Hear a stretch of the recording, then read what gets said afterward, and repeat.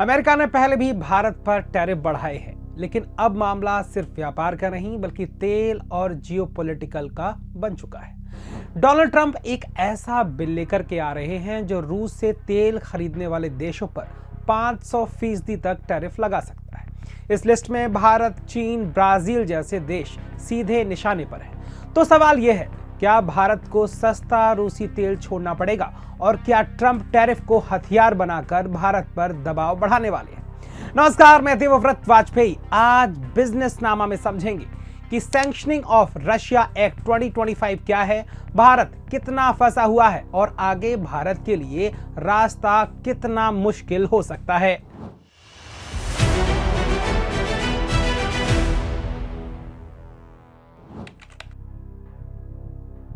America के Republican senator Lindsey Graham के मुताबिक डोनाल्ड ट्रंप ने एक अहम बिल को समर्थन दे दिया है। इस बिल का नाम है sanctioning of Russia act 2025। Graham का दावा है कि उन्होंने व्हाइट हाउस में ट्रंप से मुलाकात की और ट्रंप ने इस बिल को मंजूरी दे दी, जिस पर वह महीनों से डेमोक्रेट और रिपब्लिकन सांसदों के साथ काम कर रहे थे। हालांकि यह बिल अभी कानून नहीं बना है, लेकिन अगले हफ्ते ही इसे संसद में वोटिंग के लिए लाया जा सकता है। यूएस कांग्रेस की वेबसाइट के मुताबिक यह बिल रूस से जुड़े लोगों और कंपनियों पर कड़े प्रतिबंध लगाने की बात करता है, लेकिन सबसे बड़ा और विवादित प्रावधान यह है कि अगर कोई देश रूस से तेल, पेट्रोलियम या यूरेनियम खरीदता है तो अमेरिका उस देश से आने वाले सामान पर कम से कम 500% टैरिफ लगा सकता है। यानी रूस से तेल खरीदो तो तुम्हारे अमेरिका के एक्सपोर्ट पर सीधा हमला होगा। यूक्रेन युद्ध के बाद भारत ने रूसी तेल की खरीदी तेजी से बढ़ाई थी। रूस ने भारी डिस्काउंट पर कच्चा तेल दिया और भारत की जरूरत भी थी सस्ती और स्थिर सप्लाई की।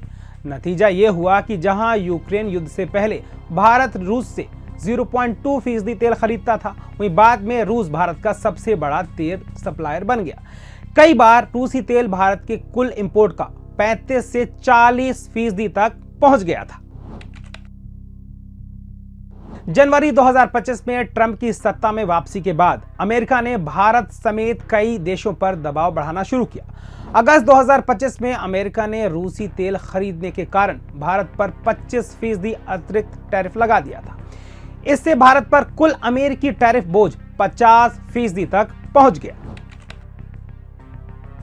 नवंबर 2025 में जब रूस की बड़ी तेल कंपनियों रोसनेफ्ट और ल्यूकोइल पर नए प्रतिबंध लगे तो भारत की रूसी तेल खरीदी तेजी से घटी। डेटा के मुताबिक नवंबर में भारत रोज करीब 18 लाख बैरल रूसी तेल खरीद रहा था, जो दिसंबर में घटकर 10 लाख बैरल प्रतिदिन रह गया। जनवरी 2026 में रिलायंस इंडस्ट्रीज ने साफ कहा कि उसे कई हफ्तों से रूसी तेल की कोई डिलीवरी नहीं मिली है और जनवरी में भी मिलने की कोई उम्मीद नहीं है।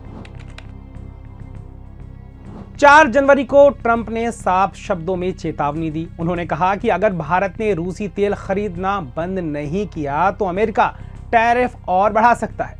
ट्रंप ने यहां तक कहा कि हम बहुत जल्दी टैरिफ बढ़ा सकते हैं और यह भारत के लिए बहुत बुरा होगा।